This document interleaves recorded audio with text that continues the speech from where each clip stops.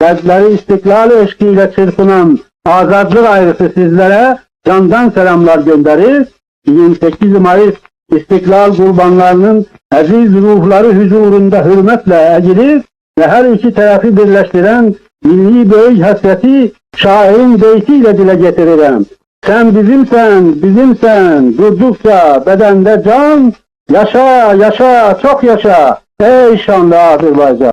1918-ci ildə Azərbaycan Xalq Cumhuriyyətinin yaranması Azərbaycan xalqının həyatında tarixi hadisə olmuşdur və xalqımızın dövlətçilik səlnaməsinin parlaq səhifələrindəndir.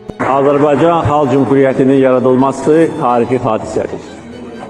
İlk dəfə olaraq müsəlman aləmində demokratik respublika yaradılmışdır.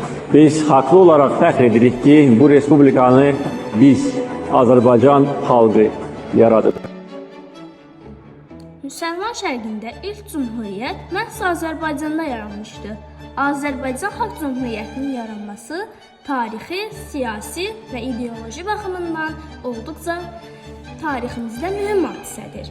28 may 1918-ci ildə Azərbaycan Milli Şurası Tiflisdə toplanaraq İstiqlal Bəyannaməsini qəbul edərək Azərbaycan Xalq Cümhuriyyətinin yaranmasını elan etdi. İstiqlal Bəyannaməsində deyilir: Azərbaycan müstəqil və demokratik bir dövlət kimi tanınır. Bütün vətəndaşların dinindən, milliyyətindən, cinsindən asılı olmayaraq hüquq bərabərliyi tanınır. Hakimiyyət xalqın idarəsinə əsaslanacaq. Söz, mətbuat və vicdan azadlığı təmin olunacaq. Azərbaycan Xalq Cümhuriyyəti müsəlman şərqində ilk parlamentli respublika idi. Qadınlara seçki hüququ verən ilk müsəlman ölkəsi oldu. Qısa müddətdə parlament, ordu, təhsil və diplomatik strukturlar quruldu. Azərbaycan Xalq Cümhuriyyətinin yaranmasında və fəaliyyətində mühüm rol oynamış bir sıra görkəmli şəxsiyyətlər olmuşdur.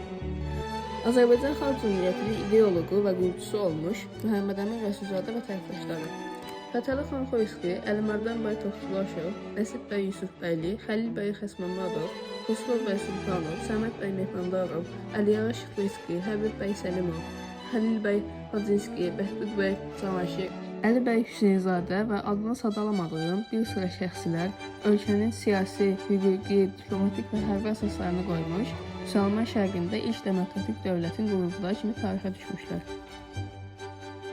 Evet, gönüller coştu bir sevincin gücüyle, istiqlal sevinciyle, istiqlal sevinciyle.